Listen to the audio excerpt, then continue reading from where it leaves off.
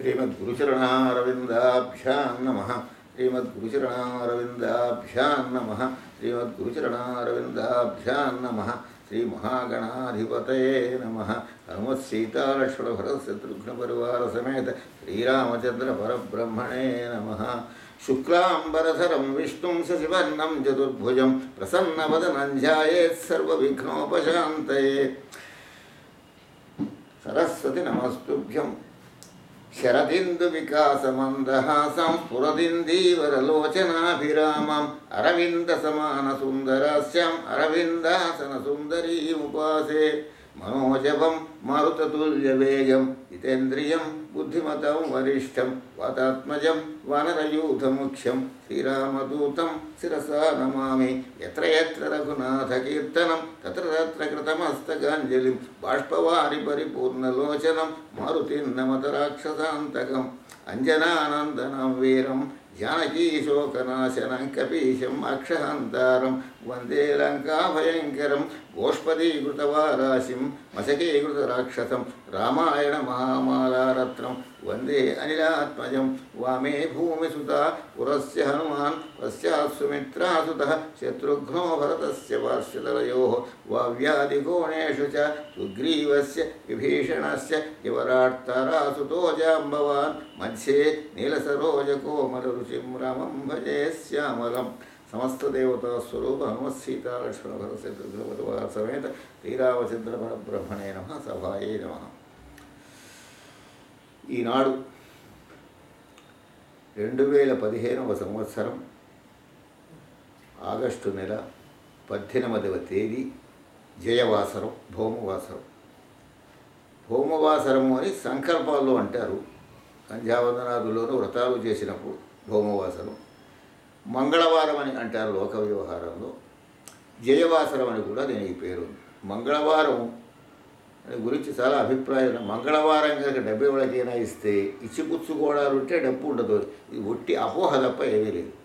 మంగళవారం వ్యాపారాలు చేయడంలో ఎట్టి దోషము లేదు ధర్మశాస్త్రం చెబుతున్నారు. మన వాడికి అక్కర్లేని పట్టుదల పట్టుకుతారు. మంగళవారం మనం డబ్బు ఇచ్చేస్తే వాడికి వెళ్ళిపోతుంది, మనకేం ఉండదని అపోహ పడుతున్నారు. ఆ పుచ్చుకున్న వాడికి ఎంత వస్తుంది? ఏది క్రయ విక్రయాలు మానక్కర్లేదు, ఇచ్చిపుచ్చుకోవడాలు మానక్కర్లేదు. జయవాసరము అని పేరు. అన్ని విధాలా జయాన్ని కలిగించే వారం కనుక మంగళవారం మీద ఉండే అభిప్రాయాన్ని మార్చుకోవాల్సిన ఆవశ్యకత ఎంతైనా మన వాళ్ళకి ఉంది. ఏమీ ఇబ్బంది లేదు. దానివల్ల నష్టపోదు, ధన నష్టం రాదు. కనుక అట్టి ఆంజనేయ స్వామి మంగళవారం నాడు అవతరించాడు. వైశాఖ మాసంలో వచ్చిన శుద్ధ దశమి నాడు అప్పుడు జయవాసరం వస్తే మంగళవారం నాడు. మంగళవారం అన్ని విధాలు కూడా మంగళ అంటే శుభము అని అర్థం, శుభవాసరం అని అర్థం, జయాన్ని కలిగించేదని అర్థం. అయితే అసలు ఆంజనేయ స్వామి వారి యొక్క ఆవిర్భావం ఎలా జరిగింది అని ప్రశ్న చూద్దాం. అసలు ఆంజనేయ అన్న పదం ఉందా అని ప్రశ్న ఉంది. ఆంజనేయమతి పాటలాననం కాంచనాద్రిగమనీయ విగ్రహం అని శ్లోకం ఉంది. అంజనాయ అపత్యం పుమాన్ ఆంజనేయ. అంజనాదేవి యొక్క కుమారుడు కనుక ఆంజనేయుడు తల్లిని బట్టి వచ్చినటువంటి పేరు.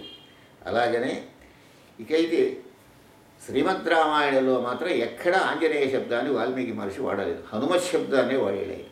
అలానే ఆంజనేయ శబ్దం మనం వాడకూడదనేమీ లేదు, మనం శుభ్రంగా ఉపయోగించుకోవచ్చు. ఆయన మాత్రం వాల్మీకి మహర్షి మాత్రం హనుమత్ శబ్దాన్ని మాత్రమే ఆయన మొత్తం 24,000 శ్లోకాల్లో ఉండేటువంటి శ్రీమద్ రామాయణంలో ఇతర శబ్దం వాడకుండా హనుమత్ శబ్దాన్ని మాత్రమే వాడాడు.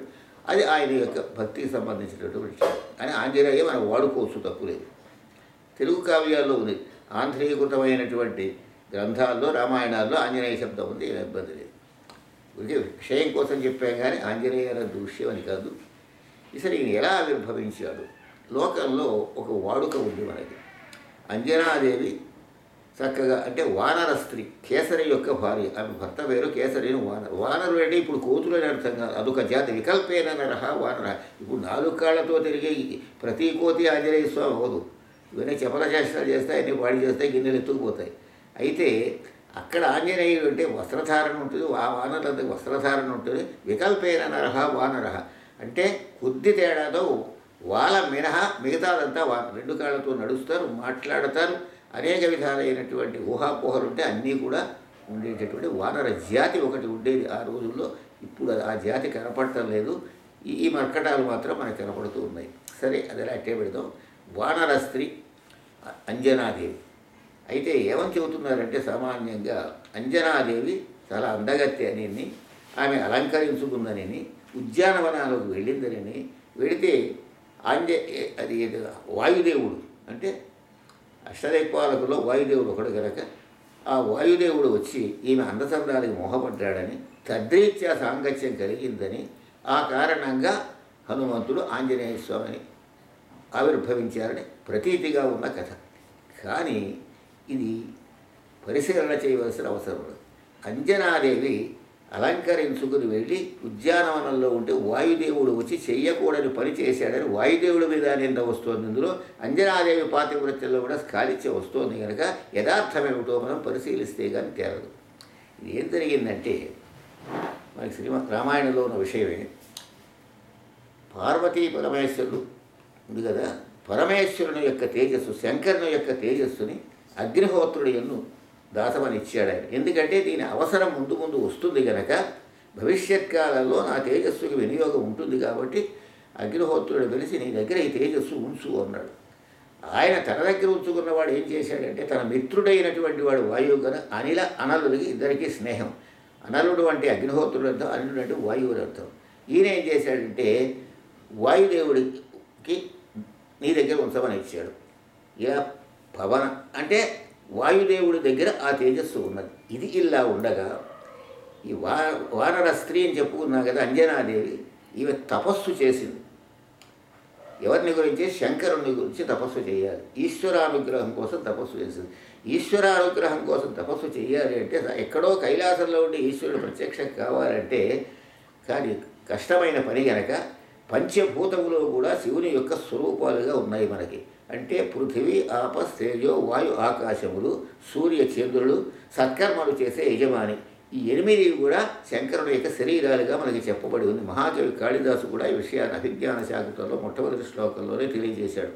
యా సృష్టు సృష్టిరాజ్య వహతి విధిహుతం యాహ వీర్యాచ హోత్రీ ఏ ద్వే కాలం విధత్త శృతి విషయ గుణ యా స్థిత వ్యాప్య విశ్వం యా మాహు సర్వబీజ ప్రకృతియా ప్రాణిన ప్రాణవంత ప్రత్యక్షాభిప్రపన్న తనుభిరవతు వస్తాభిరష్టాభిరీశ.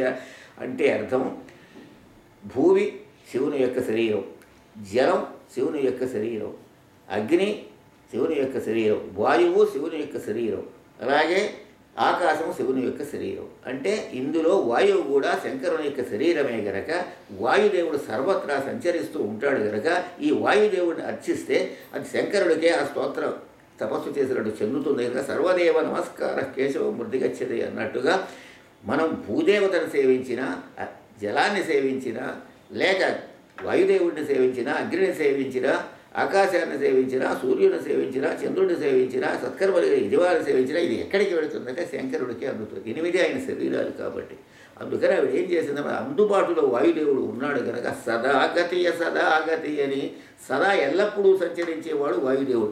అతడే నాకు గతి అంటే ఈశ్వరుని ఆరాధించడానికి ఇది ఒక మార్గం అన్నమాట. మధ్యవర్తిగా ఉంటాడు. ఈ శరీరం మధ్యవర్తిగా ఉంటుంది. వాయుదేవుని శరీరం ఈశ్వరానుగ్రహానికి కారకం అవుతుంది కనుక భర్త యొక్క అనుమతి తీసుకుని ఆమె తపస్సు చేసి పతి అనుమతి సదాగతి అని తపంబునరించే అని ఉన్నది.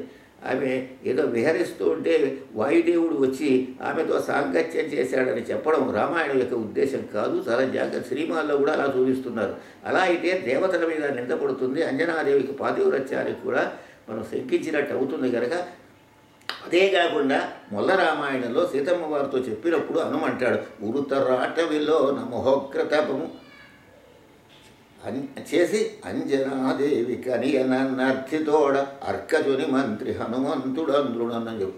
ఉరుతరాటవిలో నమోగ్రతపము వాయుదేవుని గురించి వరుస చేసి అంజనాదేవి కనియనర్థితోడ అని స్పష్టంగా చెప్పాడు. అర్కజుని మంత్రి, సుగ్రీవుని మంత్రి రామభక్తుడు అని చెప్పాడు. అంటే అర్థం, ఏ విధంగానూ కూడా వాయుదేవుడు అంజనాదేవికి ఎట్టి శారీరక సంపర్కం లేదు అనేటటువంటి విశ్వాసం లోకానికి కలిగితే తప్ప రామాయణం సరిగా అర్థం కాలేదని అర్థం. స్పష్టంగా వలరామాయణంలో ఈ పద్యం అన్ని ఇక్కడ ఏం చేశాడంటే సదాగతి అని తపస్సు చేసింది ఆవిడ. ఆ యమచేయు ఘోర తపమంతటమెచ్చి సదాశివాద్య అవ్వాయువు స్వదత స్థిర తేజము తెచ్చి ఇచ్చినను. అప్పుడు సదాశివుడి పైన ఉన్నాడు కదా, నువ్వు నా స్వరూపం కనుక నీ దగ్గర దాచిపెట్టినటువంటి నా తేజస్సుని అంజనాదేవికి ప్రసాదించవలసింది అని ఆయన ఆజ్ఞాపించాడు. ఆ యమచేయు ఘోర తపమంతటమెచ్చి సదాశివాద్య అవ్వాయువు స్వదత స్థిర తేజము తెచ్చి ఇచ్చిన. వెళ్ళేసరికి అది ఒక పిల్లవాడు రూపం, వాడ రూపం వచ్చింది. ఆ రూపం వచ్చేసరికి అతడిని అంటే ఈ విధంగా ఆయన జన్మ జరిగింది. అంతేనే కానీ వాయుదేవుడు అంజనాదేవి శారీరక సంపర్కం అనే మాట మరిచిపోకపోతే అసలు రామాయణం మనకి అర్థం కాలేదని అర్థం. ఇది గమనించాలంతా కూడా. అసలు జరిగింది ఇది స్పష్టంగా మనకి పద్యాల రూపంలో కూడా సాక్ష్యంలో ఉంది కాబట్టి ఈ విషయం చెబుతున్నాం. అప్పుడేం జరిగిందంటే ఈ పిల్లవాడిని అక్కడ ఉంచి అంజనాదేవి ఫలాలు తీసుకురావద్దా అనేసరికి ఆకాశం మీద భానుడు కనిపిస్తున్నాడు. ఇప్పుడు భానుడు కనిపిస్తున్నట్టుగానే భానుడు కనిపిస్తున్నాడు. భాను దర్శనం ఈవేళ కూడా ఈ కథ చెప్పేటప్పుడు కూడా భానుడు ఎదురుగుండా ఉన్నాడు కనుక అక్కడ కూడా భానుడు ఎదురుగుండా ఉన్నాడు. 18వ తారీఖు భానుడు ఎదురుగుండా ఉన్నాడు. ఆ భానుడిని దోచి ఒక పండరుకున్నాడు ఈ శిశువు. వెంటనే మింటిపై గసన్ సమీర నాగాంతక బాణపేక పరిహాస సమిత మహాజవోన్నతి మహావేగంగా వెళ్ళిపోయినాడు. వెళ్ళిపోతే అక్కడ ఆ సూర్యుని యొక్క బింబం ఎర్రగా ఉన్నప్పుడు పండు అనుకున్నాడు. అదే సమయానికి అది అమావాస్య రోజు కాబట్టి రాహుగ్రహం వచ్చి ఆ సూర్యుని కబళించడానికి వస్తే ఇదేదో ఈ ఫలం నల్లగా ఉందనికి దానిని పట్టాడు. ఆ రాహు బెదిరిపోయి ఇంద్రుడి శరణు వెళ్ళాడు. ఆ దేవేంద్రుడు వచ్చి ఇదేదో భూతం అనుకుని వజ్రాయుధం ప్రయోగిస్తే ఇతను పడిపోయాడు. ఇది ఇక్కడ జరిగిన విషయం. అయితే ఇప్పుడు నిజంగా గనక శారీరక సాంగత్యం వల్ల కలిగినటువంటి శిశువే కనుక అయినట్లయితే ఉయ్యాల తొట్లో ఉన్నవాడు ఆకాశం మనం దాకా ఎవరు ఎగరలేదు, ఎవరికి సాధ్యం కాదు. సరే ఎగిరిన చరిత్ర ఎక్కడ వాడు అసలు పైకి లేవనే లేడు కదా, వెళ్ళకెళ్ళి పడుకుని ఉంటాడు. వాడికి ఆకలేసినా పైకి చెప్పలేడు. అలాంటిది వేగంతో సూర్యమండలం దాకా అన్ని వేల యోజనాలు ఎగిరి వెళ్ళాడు. అప్రాకృతమైన జన్మ అని అర్థం. అది కేవలం కూడా అందరి జన్మల వలె భార్యాభర్తలకి సమాగమంగా కారణంగా పుట్టినటువంటి శిశువు కాదనని దివ్యావశ సంభవుడుగా ఈశ్వర తేజస్సే ఆ రూపం మారి వచ్చిందంటగా చెప్పారు కనుక ఆ ఉదాత్తతని ఇది పోషిస్తూ ఉన్నది. సరే అక్కడికి వెళ్ళాడు. ఆయన పడిపోయేసరికి వాయువు తన శక్తిని స్తంభింపజేశాడు. అంటే ఎవరికీ గాలి అందడం లేదు. అందకపోయేసరికి ప్రపంచాలన్నీ కూడా ఏంటంటే అప్పుడు దేవతలంతా ప్రత్యక్షమై బ్రహ్మగారు వరం ఇచ్చాడు. ఈ పిల్లవాడికి ఏ విధమైనటువంటి అపాయము బ్రహ్మాశ్రమం వల్ల ఉండకుండుగాక. దేవేంద్రుడు వరం ఇచ్చాడు, వజ్రాయుధం తాకిడి వల్ల ఇతనికి ఏం ప్రమాదం ఉండకుండుగాక, అగ్ని వల్ల ప్రమాదం ఉండకుండుగాక, ఎవరి వల్ల ఈ పంచభూతాల వల్ల దేని వల్ల కానీ ఎట్టి ప్రమాదం లేకుండా అజేయ పరాక్రమశాలి మహాబలవంతుడై ఉండుగాక దేవతలందరూ వరాలు ఇచ్చారు. ఆ వరాలు కారణంగా అతడు అప్పుడు ఏమన్నారంటే హనుమంతుడు అని పేరు పెట్టారు. హను అంటే చెక్కి లేని అర్థం. ఈ చెక్కు, దీని పేరు చెక్కు అంటారు. ఆంగ్ల భాషలో చెక్కు అంటే అర్థం వేరు, మన భాషలో చెక్కు అంటే ఇది.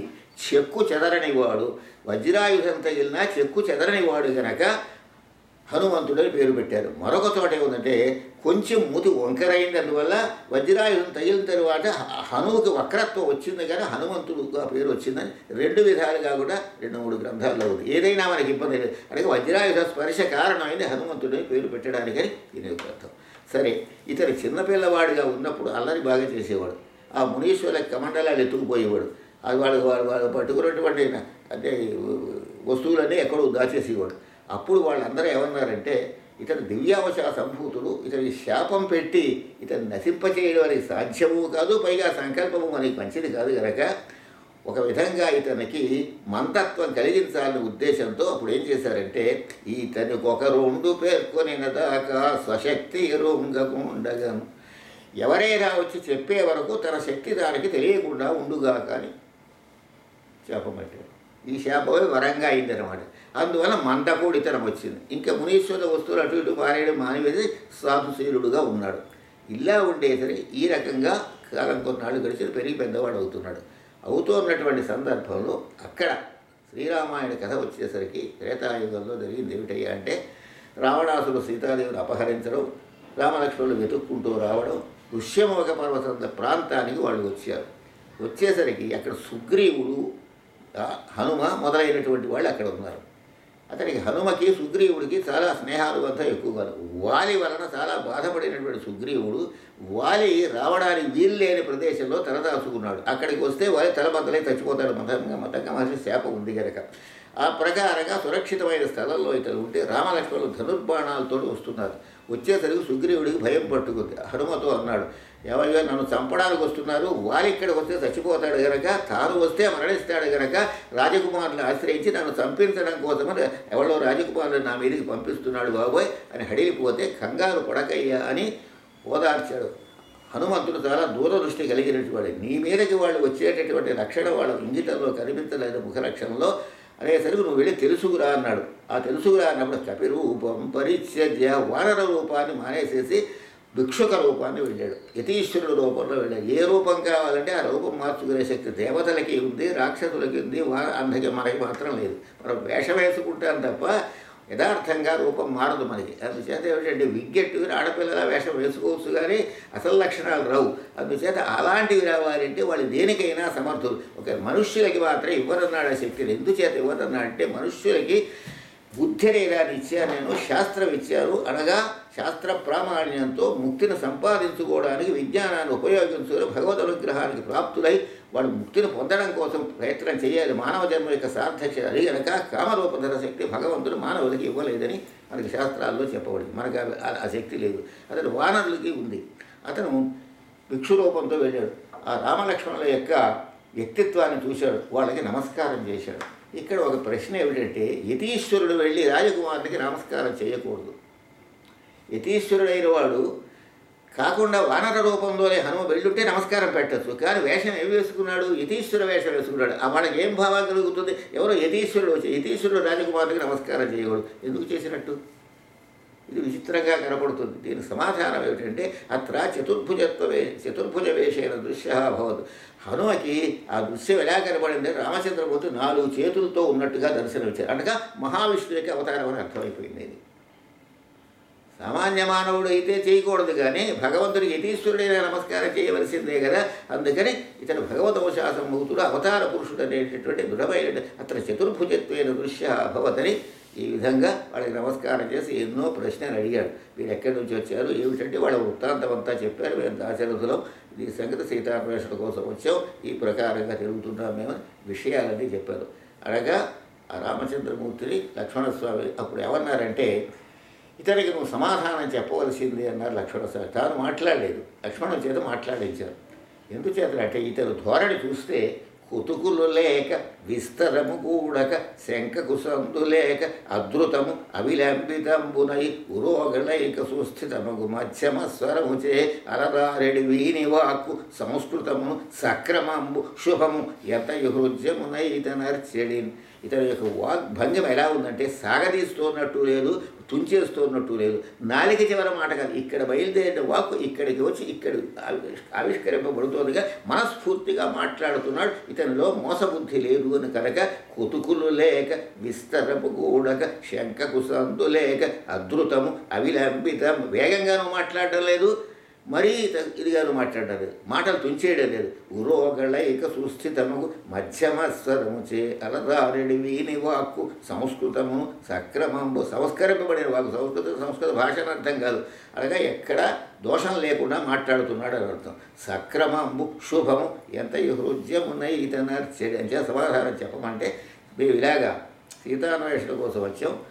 కబంధుడనేటువంటి రాక్షసుడు వాడిని సంహరించినప్పుడు వాడు ఏం చెప్పాడంటే సుగ్రీవుడితో స్నేహం చెయ్యండి మీరు, సీతాన్వేషణ కార్యక్రమం జయప్రదంగా జరుగుతుందని వాడు చెప్పాడు. మేము సుగ్రీవుడు వెతుక్కుంటూ వస్తున్నాము అని చెప్పాడు. ఈ సుగ్రీవుడు కూడా ఏమని చెప్పాడు? వాడు మంచివాళ్ళు అయితే ఇక్కడ తీసుకురా అన్నాడు. అంటే శత్రువులు కాకపోతే మనకు అనుకూలులు అయితే తీసుకురమ్మంటే ఆ మాట ఏకమైంది కనుక లక్ష్మణస్వామి బాధపడ్డాడు. అంతటి శ్రీరామచంద్రుడు మహనీయుడు కపీశ్వరుడు నేను శరణం. ఒక కోతిని ఆశ్రయించవలసి వచ్చిందయ్యా, వానరుణ్ణి ఆశ్రయించవలసిందని తన పరితాపాన్ని తెలియచేశాడు. అంటే వాస్తవంగా చూస్తే రామచంద్రమూర్తి యొక్క స్థితికి సుగ్రీవుడు తక్కువడే కదా. ఆ ప్రకారంగా అయినా సరే బయలుదేరి అప్పుడు కపిరూపాన్ని ధరించి వానర రూపాన్ని ధరించి భుజాల మీద పెట్టుకుని అక్కడికి తీసుకెళ్ళాడు. ఇలా స్నేహం కలిపాడు. రామసుగ్రీవుల యొక్క స్నేహంలో చిత్రమైన సన్నివేశం జరిగింది. ఏమిటా సన్నివేశం అంటే ముగ్గురికి ఎడమ కన్నులు అదిరే. వామాని నేత్రాణి సంస్ఫురంతి. ఎవరికి? సీతాదేవికి, వాలికి, రావణునకు ముగ్గురికి ఎడమ కన్నులు ఎదురే. అంటే సీతాదేవి కన్ను ఎలా ఉంది? తామర దళం వలె ఉన్నది. తర్వాత సుగ్రీవుడు కన్ను, వాలి కన్ను ఎలా ఉందన్నమాట? వాలికి ఎడమ కన్ను ఎదురే. వాలి కన్ను పసుపచ్చగా బంగారంగా, రావణాసుడి కన్ను అగ్నిహోత్రలా ఉంది. అంటే వాడు నిప్పులు కప్పులో ఉన్నాయి వాడు కళ్ళు. ఆ ప్రకారంగా ఉన్న ముగ్గురికి కూడా, సీతాదేవికి, వాలికి, ఆ పైన రావణాసుడికి ముగ్గురికి కూడా ఎడమ కన్నులు ఒక్కసారి అదిరయ్యన్నారు. స్త్రీలకు ఎడమ కన్ను అదటం శుభం, పురుషులకు ఎడమ కన్ను అదటం నాశనాన్ని సూచిస్తుందిగా వాలి రావణులు నశించిపోతారని, సీతమ్మ కష్టాలు గట్టెక్కుతాయని అర్థం ముందే తెలిసిపోయింది. అనగా రామసుగ్రీవుల యొక్క మైత్రి ఫలితంగా ఇది జరిగినటువంటి విషయం అన్నమాట. రాజీవ హేమజ్జల రూపమానే సీతాకపీంద్ర క్షణదాచరాణం. ఇక్కడ సుగ్రీవ రామ ప్రణయ ప్రసంగే వామాని నేత్రాణి సంస్ఫురంతి. ఎడమ కన్నులు ఒకసారిగా అదిరే. అంచేత శుభ సన్నివేశంగా వాళ్ళ మైత్రి కొనసాగింది. తర్వాత వాలివధ జరిగింది. అయితే ఇక్కడ ఒక ప్రశ్న ఉన్నది. నిజంగా హనుమంతుడు తలుచుకుంటే వాలిని చంపేయగలడు. రాముల వారు వచ్చి బాణం వేసి చంపక్కర్లేదు. వాలి కంటే ఆంజనేయ స్వామి చాలా బలశాలి. అయినా ఎందుకు చంపలేదు అని. చంపకపోవడానికి కారణం ఏమిటంటే, అసలు మొట్టమొదట వాలి రాజుగా ఉన్నాడు. సుగ్రీవుడు వాలి కలిసి ఉన్నప్పుడు, ఐకమత్యంగా ఉన్నప్పుడు, వాళ్ళకి విరోధం వచ్చిన తర్వాత సుగ్రీవుడు పక్షానికి వచ్చేసాడు. దాంతో ఒకప్పుడు ప్రభువుగా ఉన్నవాడిని నా చేతులతో నేను చంపడం శాస్త్ర విరుద్ధము అని భావించాడు. అతను చేతగా కాదు. ఒకప్పుడు రాగతను ప్రభువుని హత్య చేయకూడదు అని భావం. పైగా ఇంకొకటి ఏమిటయ్యా అంటే, రెండవ కారణం తనకి శక్తి ఎవరైనా చెబితే కానీ తన శక్తి తెలియదు కదా అని. ప్రధాన కారణం తనకి ప్రభువు కనుక, ఒకప్పుడు ప్రభువు కనుక ప్రభువుని తన చేతులతో చంపడం భావ్యం కాదని ధర్మాన్ని ఆలోచించి హనుమ ధర్మశాస్త్ర విశేషుడు కనుక ఆ విధంగా చేశారని కూడా మనకి రామాయణంలో. ఆ కారణం చేత వాలిని అతను సంహరించారు. సరే, వాలి సంహారం రామచంద్రమూర్తి చేశారు. ఇన్ని అయిపోయిన తర్వాత శరత్కాలం వచ్చిన తర్వాత, వర్షకాలం వెళ్ళిపోయిన తర్వాత సీతాన్వేషణ కోసం వానరుని పంపిస్తూ ఆ దక్షిణ దిక్కుకి పంపే వాళ్ళల్లో జాంబవంతుడు, హనుమ, అంగదుడు మొదలైన వాళ్ళని పంపారు. అంగదుడు అంటే వాలి యొక్క కుమారుడు, యువరాజు వాడు. వీళ్ళందరినీ పంపుతున్న సందర్భంలో రామచంద్రమూర్తి ఏం చేశారంటే, సీతాదేవిని చూసేవాడు నువ్వు ఒక్కడవేరై ఇన్ని వేల మంది వానరులు వెళ్ళినా నీవే చూడగలుగుతావని తన అంగుళీయకాన్ని ఇచ్చాడు. ఆ అంగుళీయకాన్ని పట్టుకున్నాడు. అది వెళ్ళాడు. బయలుదేరి సముద్ర తీరానికి, స్వయంప్రభ అనేటటువంటి సముద్రం దాటించింది. ఇక్కడి నుంచి సుందరకాండలో మనకి ప్రవేశిస్తున్నాం. హనుమంతుని యొక్క గాథ. తతో రావణ నీతాయా సీతాయా శత్రుఘర్షణ ఏష పదమన్వేష్టు చారణాచరితే పది అని సుందరకాండలో మొట్టమొదటి శ్లోకం. ఈ పారాయణ చేస్తే మంచి పుణ్యం వస్తుందంట. ఎందుకు పుణ్యం వస్తుంది? ఈయన మీద పెద్ద చర్చ. మంత్రశాస్త్రం సమగ్రంగా చదువుకున్న ఒక మహావ్యక్తి వచ్చారు. నేను తణుకులో ఉద్యోగం చేసేటప్పుడు. ఆయన పేరు గుంపూరి వెంకటానంద నాగేశ్వరరావు గారు. మంత్రశాస్త్రం సమగ్రంగా వచ్చు, అనేక విషయాలు సేకరించినటువంటి వ్యక్తి, ఖగోళపరంగా సమస్తమైనటువంటి వాటిని సమన్వయం చేయగలిగినటువంటి మహామనీషి. అటువంటి వారు ఒక వారం రోజులు ఉపన్యాసం చెప్పారు ఇక్కడ. గుంపూరి వెంకటానంద నాగేశ్వరరావు 1952వ సంవత్సరంలో నేను తణుకు హై స్కూల్లో ఉద్యోగం చేసే రోజుల్లో టౌన్ హాల్లో చెప్పాడు. ఆయన చెప్పిన విషయాలు ఏమిటో మనం సంస్మరించుకున్నాం. తతోర సుందరకాండ చదివితే మొదటి శ్లోకం చదివి పుణ్యం వస్తుందంటారు కదా. ఏమిటి పుణ్యం? ఇక్కడ ఉంది. ఈ శ్లోకంలో విశేషమైన మంత్రశాస్త్రాన్ని పురస్కరించుకు చెప్పాడు. శాస్త్రాన్ని ఉదాహరిస్తూ అది విశేషం. అది మనకు అవసరమైన పని. తతో రావణనీతాయ సీతాయ శత్రుఘర్షణ ఏష పదమన్వేష్టం చ. ఇక్కడ ఆకాశ మార్గాన్ని ఆంజనేయ స్వామి వెళుతున్నాడని చెప్పలేదు. చారణాచరితే పది, చారణలు సంచరించేటువంటి మార్గాల్లో హనుమ ప్రయాణం చేయడానికి పూనుకున్నాడు. ఎందుకని అలా మాట?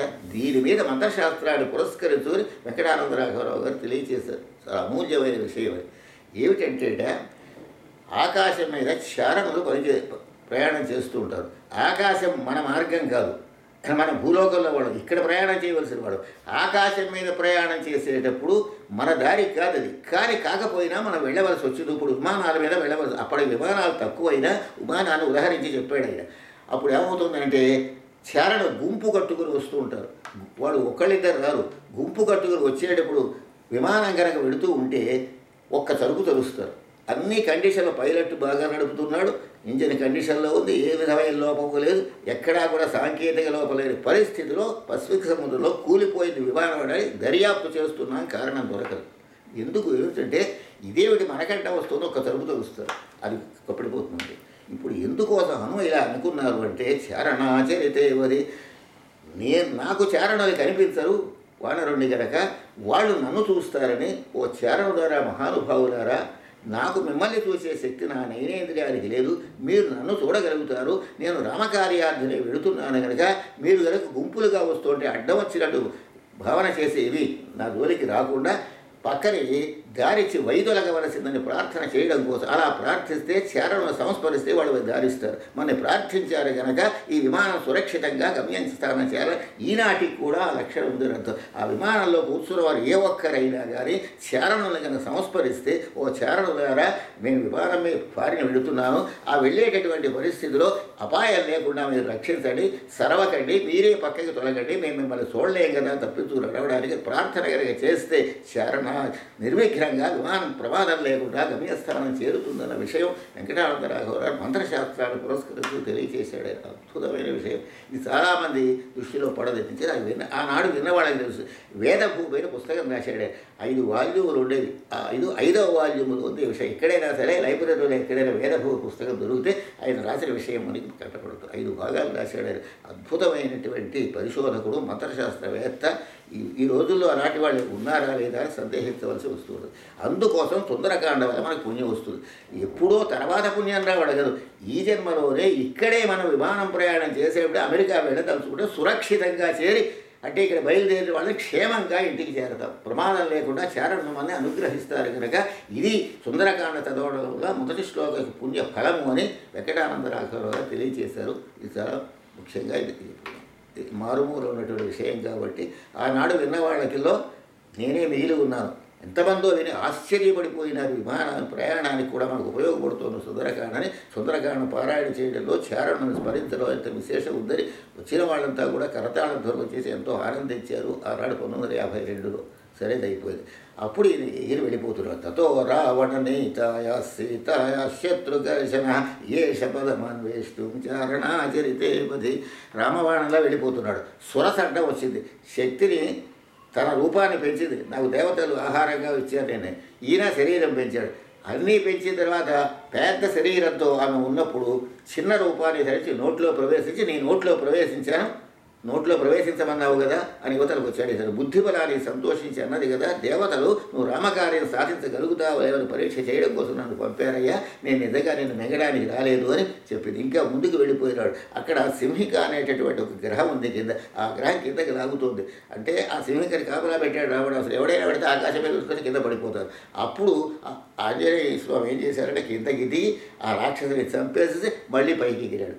సామాన్యంగా ఒక్కసారి జంప్ చేస్తే మధ్యలో ఆకటంగా వస్తే కింద పడిపోతారు తప్ప కిందకి వెళ్ళి మళ్ళీ ఎగరడం సాధ్యం కాదు. ఇక్కడ ఆ ఎగిరినప్పుడు కూడా మొల రామాయణంలో అద్భుత వర్ణన ఉన్నది. మొగం బిగించి పాదములు మొత్తముగా అన్నట్టు నూతి త్రొక్కి నీటుగా మొగమెత్తి భీకర కఠోర రవమ్ముగా ఆర్చి బాహులచ్చగని తలీల ఊచి వలయమ్ముగ వాలము ద్రిప్పి రేగునాన్ నగము సగమ్ము గ్రోంక కపినాథుడు నిగి దాటరివునన్ అని మొలరామాయణంలో ఉన్న పద్యం మా తండ్రి గారి దగ్గర చిన్నప్పుడు అప్పటి నుంచే రామాయణం చదవాలి ఉత్సాహం కలిగి యాక్షన్ చేసేవాళ్ళమే. మొగము బిగించి పాదములు మొత్తముగా నటనూది త్రొక్కి నీటుగా మొగమెత్తి భీకర కఠోర్ అని యాక్షన్ చేసేవాళ్ళం.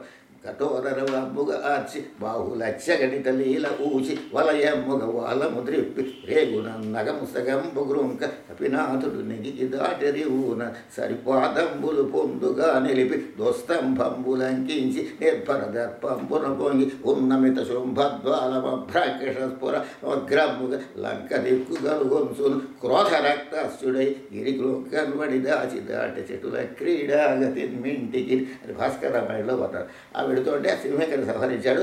లంకా పట్టణానికి చేరాడు. అక్కడ ఆ లంకిడి అంటారు, మన లంకిడి కాదు, ఆ లంకని పరిపాలించేటువంటి ఒక స్వరూపం. దానికి ఒక దెబ్బ కొడితే ఎప్పుడైతే హనుమ యొక్క దెబ్బ తగిలిందో దివ్యజ్ఞానం ఉంది, అక్కడి నుంచి వెళ్ళిపోయింది. లంకలో స్వేచ్ఛగా విహరించమంటే మొత్తం అంతా లంకని గాలించేశాడు ఆంజనేయేశ్వరుడు. ఆ లంకలో ఆ రాక్షస స్త్రీలు నిద్రపోతున్నారు. వాళ్ళ వర్ణనంతా కూడా చాలా అద్భుతంగా ఉంటుంది. ఇంతమందిని చూసినా అతను ఏం కలిగిందంటే, అయ్యో నిద్రపోతున్న పరస్త్రీలను చూచానని పాపం వచ్చిందనుకున్నాడు. అది హనుమంతుడి యొక్క సంస్కారం ఏమిటంటే, అదే నిద్రపోతున్నప్పుడు చూడకూడదు, భార్యని కూడా కొన్ని సమయాల్లో చూడకూడదని శాస్త్రం చెబుతుంది. కాటుక పెట్టుకునేటప్పుడు చూడకూడదు, బట్ట మార్చుకునేటప్పుడు చూడకూడదు, అలంకారాలు ధరించేటప్పుడు చూడకూడదు, భోజనం చేసేటప్పుడు భార్యను చూడకూడదు. దిష్టి కొడతాడు వీడు నాకంటే ఎక్కువ తిందని. అంచేత నియమాలు చెప్పారు, అవి పాటిస్తే మనకి ఈవేళకి క్షేమం కలుగుతుంది. ఈవేళ అమలు జరుగుతుందని నేను ఆశించడం లేదు, కానీ నా స్నేహ భార్యయా సార్థ, భార్యతో కలిసి భోజనం చేయరాదు. అవి వడ్డీ ఎంచేతంటే ఎడం చేతితో వడ్డించవలసి వస్తుంది, ఎడం చేతితో వడ్డన పాపం వస్తుంది. అందువలన వామహస్తాన్ని ఉపయోగించకూడదు వడ్డనకి. భార్యతో కలిసి రైరావన్న అంచవీక్ష, నువ్వు భోజనం చేసి వెనక్కి వెళ్ళిపోబడి వంటింట్లో ఉండకూడదు. ఆవిడ భోజనం చేస్తుంటే ఏం తింటున్నావు అడగ, ఆ మొహంకే చూడొద్దన్నాడు. నా స్నేహ భార్యయా సార్థ నైనామన్న అంచవీక్షత తేజస్కామో ద్విజో, తేజస్సు కోరినవాడమైతే ఆయురారోగ్యాలు చక్కగా యావజ్జీవం కలగాలనేటువంటి సంకల్పం కలిగి ఉంటే భార్య భోజనం చేస్తుంటే చూడవద్దు, భార్యతో కలిసి అన్నం తినవద్దు, ఆమె అలంకరించుకుంటాడు చూడవద్దు, బట్ట మార్చుకునేటప్పుడు భర్త అయినా సరే చూడవద్దు. కొన్ని నియమాలు పెట్టారు మన మహర్షులు. ఈ నియమాలు తెలిసినటువంటి వాడుగా నిద్రపోతున్న భార్యను చూడకూడదు, నిద్రపోయే సమయంలో దృష్టి ప్రసరించి చూడకూడదు, అది కూడా దోషమే. కాగా ఏమిటంటే అప్పుడు ఇతనేమనుకున్నాడు, అతను బ్రహ్మచారి కదా, పరస్త్రీలని నిద్రపోతున్న వాళ్ళని చూశాడు, పాపం వచ్చింది అనుకున్నాడు. అంత వివేకం ఉంది అతనికి. అతనికి చిత్త సంస్కారం, హనుమ యొక్క చిత్త సంస్కారం, ఈశ్వరావశ సంభూతుడు కనుక అంత సంస్కారం ఉంది కనుక ఎంత పాపం చేశానో పరస్త్రీ. కానీ మళ్ళీ అనుకున్నాడు కదా, సీతాదేవిని వెతకడం కోసం చూసే స్త్రీల మధ్యనే సీతాదేవి ఉంటుంది కనుక అంతే స్త్రీ ఆ దృష్టితో నేను చూశాను కానీ వేరే కాముక దృష్టి లేదు కనుక, నా దృష్టిలో ఏకమైన పాపశంక లేదు కనుక పాపం రాలేదనుకుని ముందుకు వెళ్ళిపోయాడు. అంతటా అని ఆ విధంగా బయలుదేరి అంతటా చూశాడు. మందోదరిని చూసి సీతాదేవి అనుకున్నాడు. ఆ మండోదరి రావణను పర్యంకమని నిద్రపోతూ ఉన్నది. అమ్మయ్య సీతాదేవి కనపడుకున్నాడు. అయితే సీతాదేవి మహాపతివ్రత రావణుడు యొక్క శయ్య మీద పడుకుంటుందా అలంకరించుకుని. అరయంగా అనేది నిర్మలాంబర సుగంధాయుక్త కల్పాంగి ఆదరణీయాసవ వాసితాస్య తుచిగుప్తాంబూలరాగాంచితాధర ఉత్ఫుల్ల నవప్రసూన వికసద్ధమిల్ల కేళీకృత స్మరముద్రాంకిత కంఠ గాఢసురత శ్రాంత ప్రసుప్తాక్షి అని భాస్కర రామాయణం. ఇలా భోగపరాయణుడు రాయింది. వీడు రావణుడు భార్య అయి ఉంటుంది, పతివ్రత అయిన సీతాదేవి వీడు పర్యంకం దగ్గర ఉండదు అని ముందుకు వెళ్ళిపోయి ఎన్నో విధాలుగా ప్రయత్నం చేశాడు. పాపం చేస్తే ఎక్కడా కనిపించలేదు. అక్కడ గోడ దాటి అశోకవనం అక్కడ ఉన్నది. నమోస్తు చంద్రార్కమరుద్గణేభ్య నమోస్తు రామాయ సలక్ష్మణాయ నమోస్తు దేవ్యై జనకాత్మజాయ నమోస్తు చంద్రార్కమరుద్గణేభ్య యమానిలేభ్య అని సూర్యచంద్రుడికి నమస్కారం. అప్పటికే పౌర్ణమాసి నాటి వెన్నెల ఉంది. ఆ వెన్నెలలో చంద్రుడు చక్కగా ప్రకాశిస్తున్నాడు.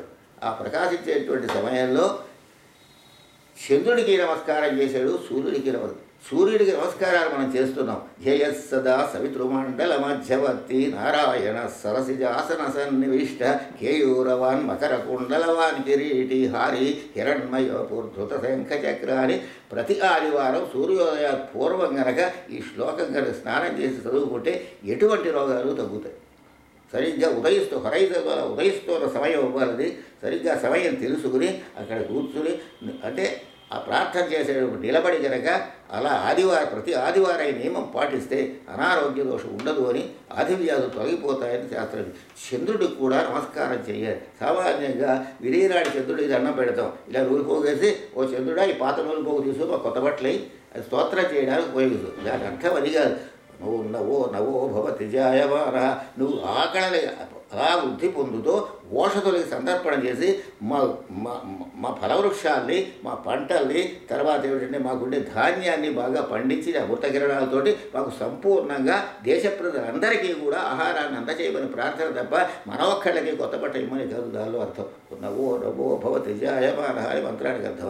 అయితే ధ్యేయస్సదా సవితృమండల మధ్యవర్తి స్తోత్రం చేస్తున్నావు కదా, చంద్రుని ఎలా స్తోత్రం చేశాడు హనుమ.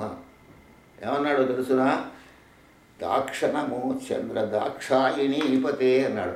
అక్కడ ఏం చెబుతున్నాడంటే వసంత బాంధవ ప్రేయ, వసంతులకు బంధువు అయిన వాడ, ప్రేయ ప్రియాన్ని కలిగించేటటువంటి వాడు, సీతాంసు స్వస్తి మే గురు, ఓ చల్లని కిరణములు కలవాడు, మే స్వస్తి గురు అంటే నాకు శుభములు కలిగించవలసింది, అంటే నా రామకార్యానికి నువ్వు సహాయపడవలసింది, జయప్రదంగా జరిపేలా చూడవలసిందని అర్థం.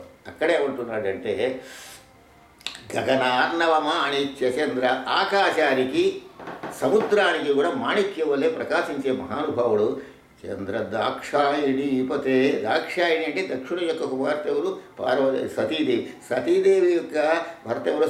శంకరుడికి వర్తించే స్తోత్రం ఇక్కడ ఏమిటంటే, దక్ష ప్రజాపతికి 27 కుమార్తెలు, 27 ఉన్నారు సతీదేవి కాకుండా. ఆ 27 కూడా నక్షత్రాలు, అంటే అశ్విని మొదలుకొని రేవతి వరకు నక్షత్రాలు, 27 నక్షత్రాలు దక్షుడు యొక్క కుమార్తెలే కనుక దాక్షాయిణీపతి చంద్రుడు స్తోత్రం చేస్తారు. ఇక్కడే దాక్షాయిణీపతి అని స్తోత్రం చేస్తూ ఉండాలి. ఇది సంగతి అన్నమాట. ఈ శ్లోకం కూడా జ్ఞాపకం పెట్టుకోవడం అవసరం. వసంత బాంధవ ప్రేయ, వసంతుడికి చుట్టమైనటువంటి సీతాంశు స్వస్తి మే కురు గగనార్ణవ మాణిక్య చంద్ర దాక్షాయిని వది. ప్రతి పౌర్ణమాసి నాడు దర్శనం చేసి ప్రార్థించబడదు.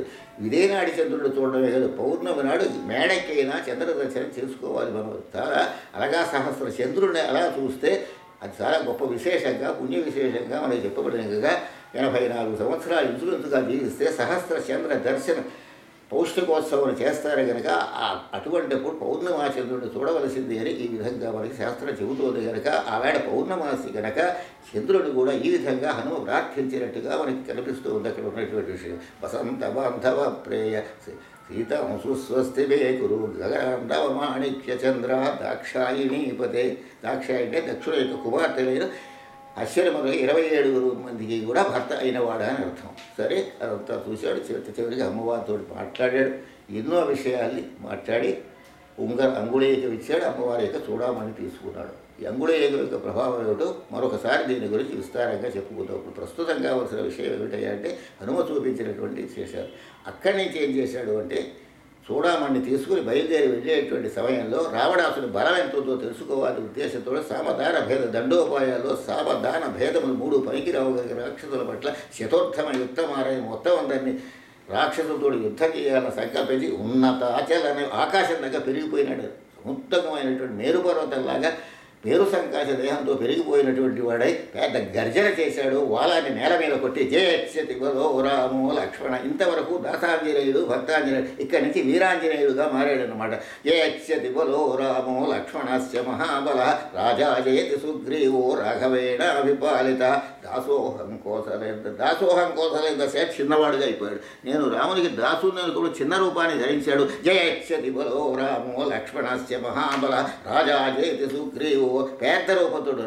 దాసోహం కోసలేంద్రస్య రామస్య అక్లిష్టకర్ముడు అంటే భగవంతుడని అర్థం. క్లేశకర్మ విభాగాధ్యాసే అపరామృష్ట ఆయుష్. కేవలం భగవద్భావంతో సేవ. కానీ భగవంతుడుగా నలుగురికి తెలియకుండా రావణాసుడు దృష్టికి రాముడు భగవంతుడు అని తెలిస్తే వాడు చావడు గనక ఆ భావాన్ని వ్యక్తం చేయలేదు. కానీ మొట్టమొదటి నుంచి 4 భుజాలతో ఎప్పుడైతే రామచంద్రమూర్తికి దర్శనం చేసుకున్నాడో అవాడి నుంచి భగవద్భావంతో హనుమ సేవించారు తప్ప ఒక రాజకుమారుడు సేవిస్తారని ఆ ప్రభువుకి సేవకుంటుని ఆయన అనుకోలేదు. ఈ ప్రకారంగా ఏమైంది అంటే రామస్య అక్లిష్టకర్మణ. ఇంకా మళ్ళీ విజృంభించాడు. నరావణ సహస్రమే యుద్ధే ప్రతిబలం భవే శిలాభిస్తు ప్రహరత పాదపైశ్య సహస్రశ అర్ధయిత్వా పురీం లంక. మళ్ళీ చిన్నవాడి అభివాజ్య శమైథిని మళ్ళీ పెరిగిపోయినాడు. సమృద్ధార్థో గమిష్యామి నిషతాం సర్వరక్షసాం. వ్యాఖ్యానాలు ఇవన్నీ కూడా మనకు ఉన్నాయి.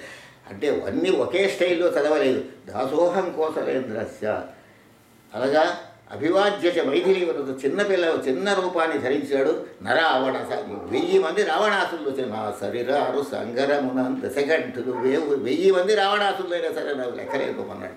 అలాగ ఆత్మవిశ్వాసంతో ఆ విధంగా విజృంభించి మాట్లాడాడు. దీనికి కారణం ఏమిటంటే సముద్రలంఘన చేసేటప్పుడే జ్ఞానభవంతుడు నువ్వు ఇటువంటి వాడవని ఆయన యొక్క శక్తిని ప్రేరేపణ చేశాడు కనుక అది స్ఫురణలో ఉంది కాబట్టి విజృంభించి మాట్లాడగలిగాడు. దేయత్స్యతి ఇది జయమంత్రం అంటారు. ఇది వింటే పీడకలాలు రావు, అపశ రావు, రోగాలు రావు, సర్వవిధాల శ్రేయస్సుగా మానసిక శారీరకమైన ఆరోగ్యం కలిగి అందరూ వర్ధిష్ణువులే మంచి తేజస్శాలుపై ఉంటారని నేను ప్రతిఫలం చెప్పబడింది కనుక జయత్స్యతి బలో రామో లక్ష్మణస్య మహాబల రాజా జయతి సుగ్రీవో రాఘవేణ అభిపాలిత దాసోహం కోసలేంద్రస్య రామస్య క్లిష్టకర్మణ.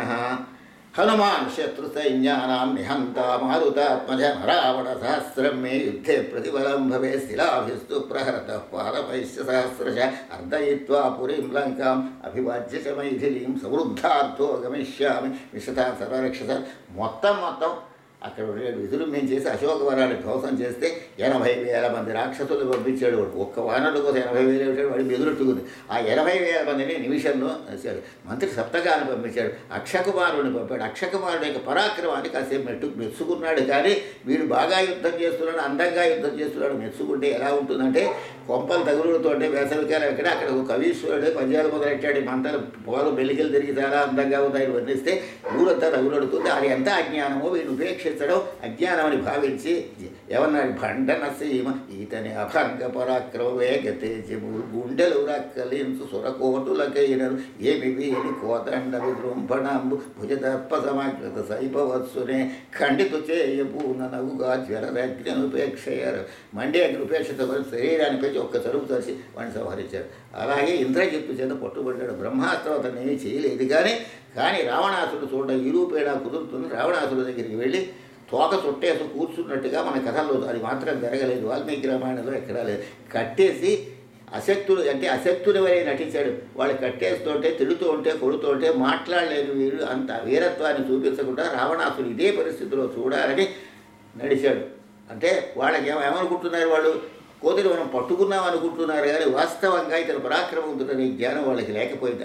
అంత వీర విహారం చేసిన అప్పుడు రావణాసుడు ప్రశ్న ఇలా నిలబడే సమాధానం చెప్పాడు. తోక చుట్టుకుని కూర్చోవడం అనే పని అతను చేయలేదు.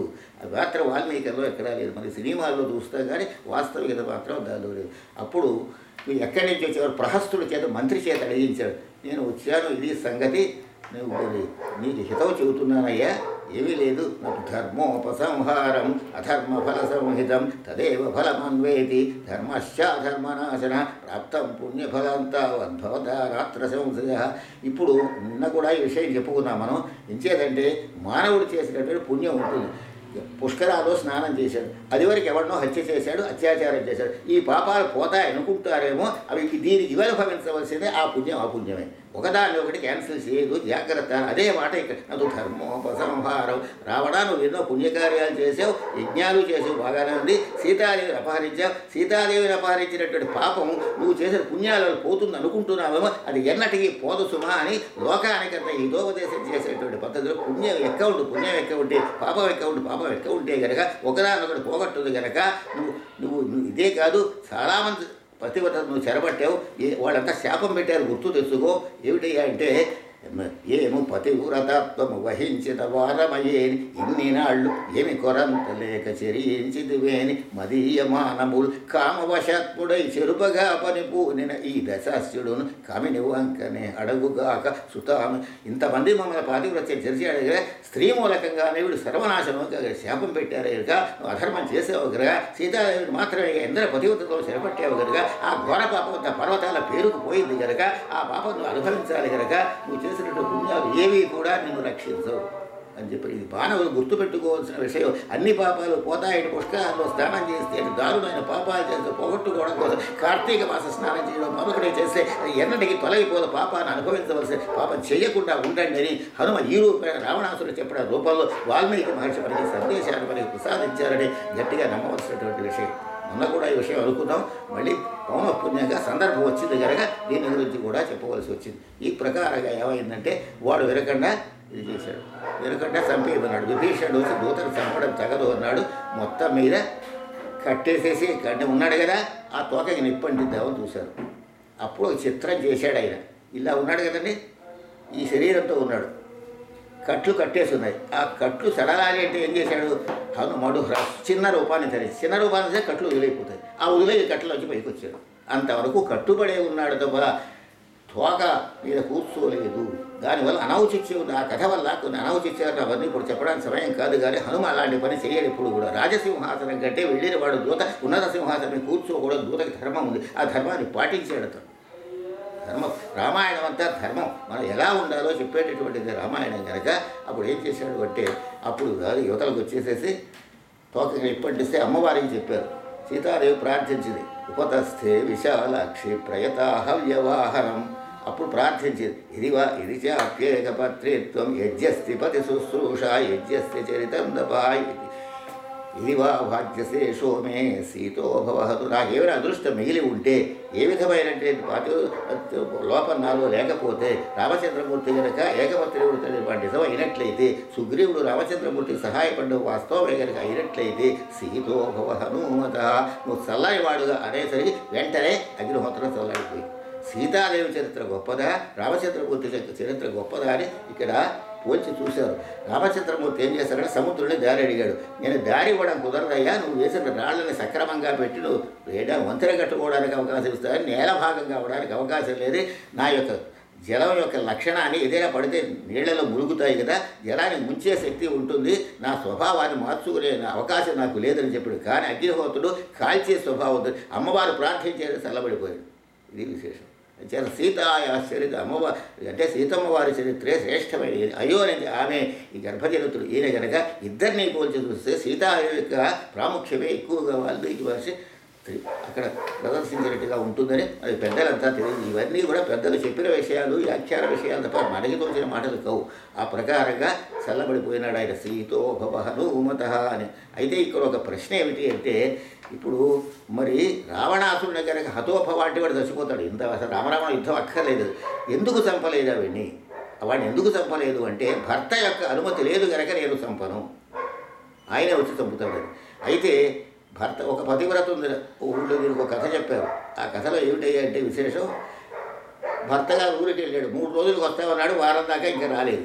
రాకపోయేసరికి ఏమైందంటే పిల్లలు అన్నానికి గోల పెట్టేస్తున్నారు. వీళ్ళ అన్నగారు రావాలి, ఎన్ని బియ్యం పెట్టమంటే అన్ని బియ్యం ఏ పెట్టాలి, ఆయన ఏది వండమంటే అదే వండాలి, అంతవరకు మీరు ఇలాగే ఉండండిరా.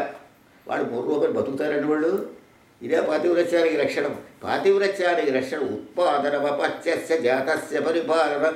భర్త యొక్క అనుమతి లేకపోయినా బిడ్డల యొక్క యోగక్షేమం చూసే సంపూర్ణాధికారం స్త్రీలకి ఉంది అని పాతివ్రత్య ధర్మం చెబుతుంది.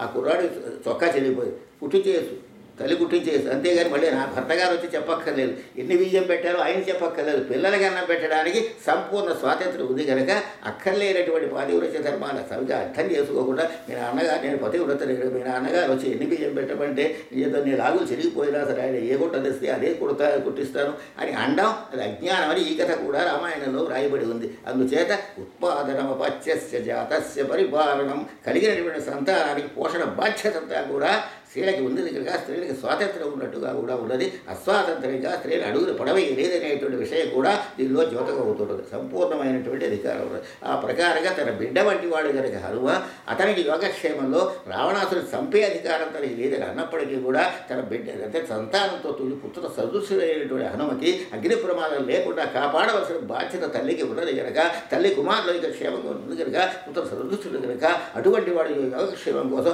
అగ్నిహోత్రుడు నువ్వు సీతో అనడంలో అనౌచిత్యం లేదు కనుక అని అధికారానికి ఉందని మనకి రామాయణంలో తెలియజేయబడి ఉన్నది. స్త్రీల యొక్క స్వాతంత్రానికి సంబంధించినటువంటి సరే మొత్తం అంతా లంకాదహనం చేశాడు, వెళ్ళిపోయినాడు. ఇంతకీ ఒక రహస్యం ఉన్నది. ఇది రావణాసురుడు శివభక్తుడు అంటారు, కానీ వాడేం మనం చెప్పుకున్నంత శివభక్తుడు ఏం కాదు.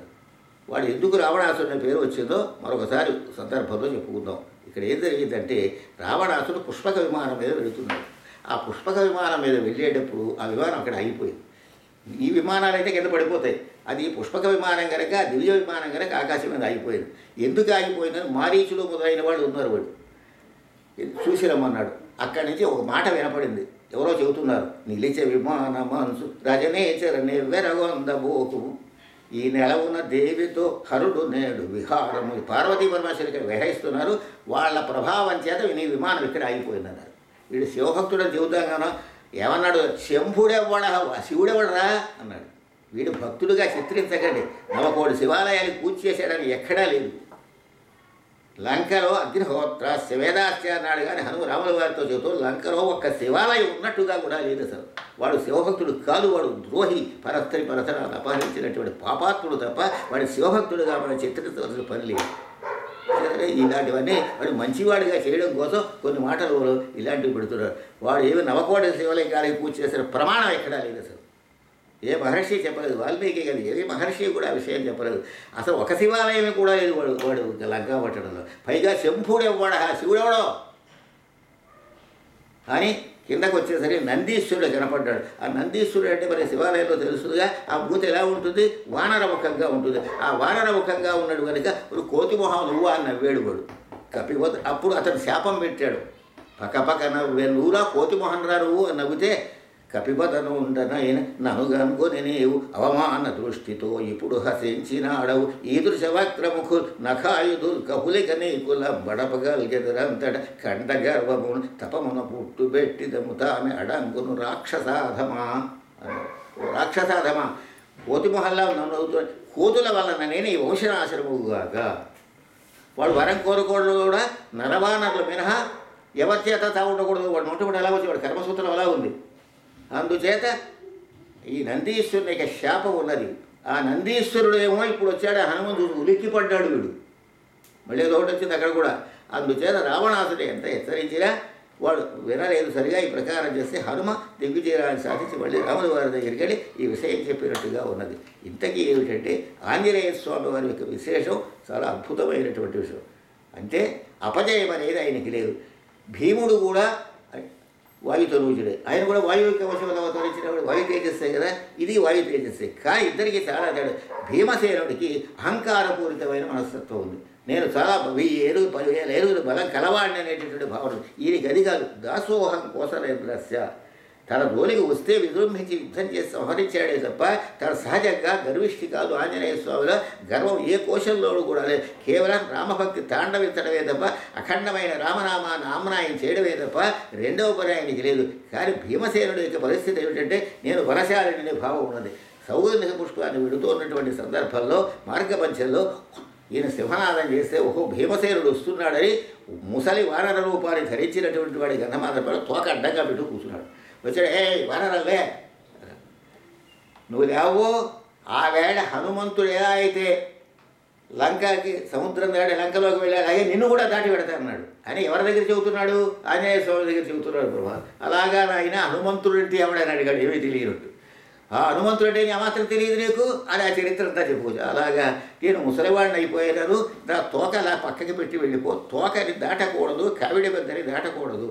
ఏ వస్తువులు కూడా త్రాడు కనుక అక్కడ ఉంటే బకెట్ త్రాడు అక్కడ ఉందో ఆ త్రాడును పక్కకి పెట్టి వెళ్ళాలి తప్ప దాన్ని దాటి వెళ్ళకూడదు. నియమాలు ఉన్నాయి. కన్య త్రాడు అంటారు వాటిని. ఆవు దూడ పలుపు ఉంటుంది, లేకపోతే గోవు యొక్క పలుపు ఉంటుంది, దాన్ని దాటి వెళ్ళకూడదు. ఈ నియమాలు మానవ జీవితంలో చాలా అవసరం.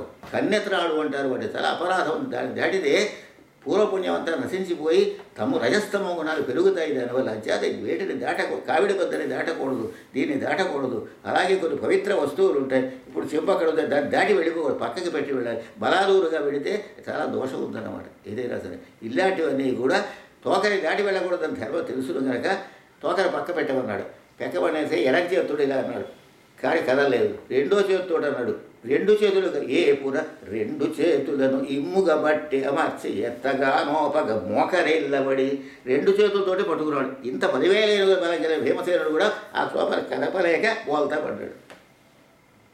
అది సంగతి. గర్వం యొక్క పరిస్థితి అలాంటిది తీసుకొస్తుంది. గర్వం మాత్రం గర్వమున ఉండగరాలిటు ఎంత శక్తి వల్ల ఉన్నా మనకి ఇంకా పరిపూర్ణమైన భావన ఉంటే, మనకి పరమేశ్వరుడు చిత్తం మన సమర్పణ చేస్తే, వినయంగా ఉంటే మనకి తప్ప మనంతటి వాళ్ళు లేరు అనుకున్నావా అని పతనహేతు అవుతుంది. తోకను కూడా కదపలేకపోయాడు అంతటి భీమసేనుడు కూడా. ఏపున రెండు చేతులను ఇమ్ముగబట్టి అమర్చి ఎత్తగా నోపగ మోకరిల్లబడి ఉద్గత ఘర్మ జరాద్రదేహుడే. ముచ్చెవడలు పట్టే, ఇప్పుడు ముచ్చెవడలు పట్టవైనవి. ఉద్గత ఘర్మజ ఆ కాపురుషుండు పోలే నిజ గర్వము దక్కి అడంగియుండి చింతాపరుడయుడు కోదరుడు తద్దయు భీతి సిగ్గుపడిపోయి ఉన్నాడు. ఎవయ్యా మహానుభావాలు ఎవరై ఉంటాడు, నేనే హనుమంతుడని చెప్పాడు. అనేక విషయాలు సంప్రదించుకున్నారు ఆ సందర్భంలో. ఆ మాట్లాడినప్పుడు ఎన్నెన్నో విషయాలు. ఆ వేళ లంకలో విజృంభించేవే ఏ యచ్చతి బలో ఆ రూపాన్ని నాకు చూపించమన్నాడు. ఆ రూపాన్ని ఇప్పుడు నువ్వు చూడలేవు నాయన, వద్దులే తలంపు ఇంకోటి ఏదైనా కోరుకోమన్నాడు. అలా కాదు, నాకు ఆ రూపమే చూడాలన్నాడు. అలాగాని శరీరం పెంచి అతులితమై ద్వితీయ కనకాద్రియ కోయిదిన నిజాంగం ఉజ్జితముగ పెంచి పుచ్చముల చేసి దిగంతములంటుతున్న ఉన్నతు కపినాథు తూచుకు కురునందనుడప్పుడు నిమీలితాక్షుడై మతి అతి విస్మితుడు. ఆ రూపాన్ని చూడలేకపోయి మేరు పర్వత సంకాశుడు అంత ఎత్తే ఎరిగిపోయి దివ్య తేజస్సుతో అనుభవం ఉంటే ఆయన చూడలేక కళ్ళు మూసుకున్నాడు. ఇంత బలశాలి భీమసేనుడు కూడా. అంతటి వాడికి ఇది ద్వాపరయుగ వాడిగా, పైగా ఆ జన్మే వేరు, ఆ పవిత్రత. ఆంజనేయ స్వామి గుడి కట్టిస్తారు కానీ భీముడికి ఎవరు గుడి కట్టించరు. అంటే దేవతా స్వరూపుగా ఆయనకి సేవ చేస్తారు కానీ ఎవరికి ఇచ్చారు. బుద్ధి బలం యశో ధైర్య నిర్భయత్వం అరోగత అజాడ్యం వాక్పటుత్వం హనుమ స్మరణ భవేది. ఆంజనేయ స్వామి స్మరణ వల్ల ఏం జరుగుతుంది అంటే మంచి బుద్ధి కలుగుతుంది. అసలు అన్నింటికంటే బుద్ధి మంచిదిగా ఉండడం ప్రధాన. బలం, శారీరక బలం కలుగుతుంది, తర్వాత మానసిక బలం కలుగుతుంది, బుద్ధి యశో కీర్తి కలుగుతుంది, ధైర్యం కలుగుతుంది. ధైర్యం అంటే ఎవడో సాగుపడ్డానికి ధైర్యం కాదు. ధైర్యం అన్న దానికి అర్థం ఇంద్రియ నిగ్రహ శక్తి, విషయ సన్నిధం ఇంద్రియ నిగ్రహ ధృతి అని అర్థం. శబ్దస్పర్శ రూప సగంధాలి ప్రాపంచిక సుఖాల మీద అపేక్ష లేకుండా, వాటి మీద మోహం లేకుండా శాశ్వతమైనటువంటి భగవత్ తత్వం మీద దృష్టి ఎవరైతే పెట్టు ఉంటారో వాళ్ళు ధృతి గల వాళ్ళని అర్థం కనుక విషయగ్రహణేభ్య ధియం బుద్ధి ప్రాతి నిగృహ్ణాది ధృతి. అంచేత బుద్ధి బలం యశో ధైర్యం నిర్భయత్వం అంటే భయం దేనివల్ల ఉండదు. భయం ఎప్పుడు పాపం చేస్తే భయం ఉండదు, పాపం చేస్తే పాపం చేయడం అనేది ఉండదు. అరోగత ఆరోగ్యం బాగుండడం, బుద్ధి బలం యశో ధైర్యం నిర్భయత్వం అజాడ్యం సోమరితనం నశించిపోతుంది. ఎప్పుడు శరీరం అనుకూలంగా సోమరితనం ఉండదు. వాక్పటుత్వం మాట్లాడే శక్తి, ఇన్ని లాభాలు ఉన్నాయి ఆంజనేయ స్వామి స్మరణ భక్తి శ్రద్ధలతో చేస్తే. ఆయన మనకు ఉపకారం ఏం చేస్తాడంటే రామభక్తిని మనకి ప్రసాదిస్తాడు. ఆ స్వరూపం చూడలేక మళ్ళీ మామూలుగా రోమంటే అప్పుడు చెప్పి ఏం చేయమన్నావు, ఒక్కసారి వెళ్ళి కౌరవులను ఒక సరుకు తెలిసేనా అన్నాడు. అలా చేస్తే పాండవులు చేతగాక హనుమ చేత తప్పించారు, మనకు అప్రతిష్ట వస్తుంది, నీ ఆశీర్వచనం ఉంటే చాలని. అప్పుడు ఏం చేశాడంటే అర్జునుడు ఇక జెండా మీద ఉంటాను, జెండా పైక పిరాదు అట్లా వచ్చే కారణం అది. ముందు సితవాజి శ్రేణిజున్ కూర్చునే దండం మూనుకొని తోలు శంతరము మీద నారి సారించును గండీవము ధరించి ఫల్గునుడు మూకంజెండు దున్నప్పుడు ఒక్కండు నీ మొరలాలకింపడు కురుక్ష్మారాత సంధింపగన్ అని పాండవోద్యోగిగా తిరుపతి వెంకటగా ఉండాల్సిన పద్ధతి. అది జెండాపై కపిరాజుగా ఉన్నాడు. ఆ ఉన్నటువంటి అంతటితోటి అవలేదు. చిత్రమైన విశేషం ఏమిటంటే ఆయన భారత యుద్ధం అంతా అయిపోయిన తర్వాత ఈ పురాణాంతరాల్లో విష్ణు ధర్మోత్తరఖండంలో ఉన్న విషయానికి వస్తున్నాం. ఆయన ఏం చేశాడంటే ఆంజనేయ స్వామి కిందకి దిగాడు, కృష్ణ పరమాత్మ పాదాలకి నమస్కారం చేశాడు. నమస్కారం చేసి మహానుభావ రామావతారంలో భృత్యున్నై దాసుడినై సేవ చేశాను, ఇప్పుడు శిష్యున్నయ్యాను మీకు అన్నాడు. నాకెక్కడ శిష్యులకం చేసేవా అన్నాడు. ఏంటంటే మీరు భగవద్గీత చెబుతుంటే విన్నానండి అన్నాడు. అయితే నీకు పిశాచ జన్మ వస్తుంది, భగవద్గీత వినేవాడు అలాగే పిశాచ జన్మ వస్తుంది అన్నమాట. అయితే అర్జునుడికి రావాలి కదా, చెల్లెల నుంచి పెళ్లి చేశాడు కదా, పక్షపాతం మళ్ళీ అదొకటి మరి వాళ్ళు చేసే అర్థాలు ఇదే. అయితే ఏమవుతుంది, అది కాదు కారణం.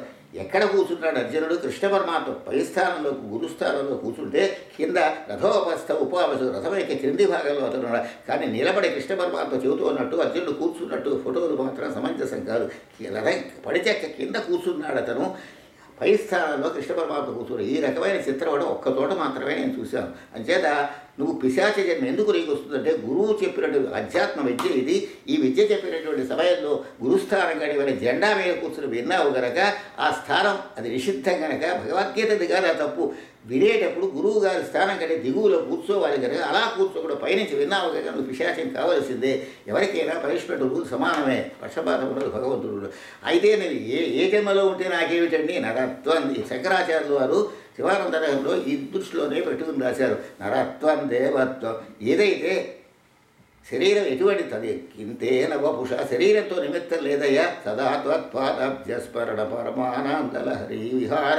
ఈ పాదారవిందముల చంచలమైన భక్తి ఉంటే ఏ జీవితం ఏ రూపంలో ఉన్నా సరే భగవద్గీతని అనుష్ఠానం చేస్తారని పిశాచ జన్మ పిశాచం అయిపోయి అంటే ఉన్నత స్థానం మీద కూర్చొని విన్నందుకు పిశాచం అయిపోయి భగవద్గీతకి భాష్యం రాశాడు మహానుభావుడు. అది పైశాచిక భాష్యం తంజావూరులో సరస్వతీ మహల్లో ఉన్నదని చెప్పారు రామకృష్ణానంద. ఆళ్లగడ్డ గీతావాణి పత్రిక వచ్చేది, అందులో కొన్నింటికి ఆయన కూడా వ్యాఖ్యానం చూపించారు.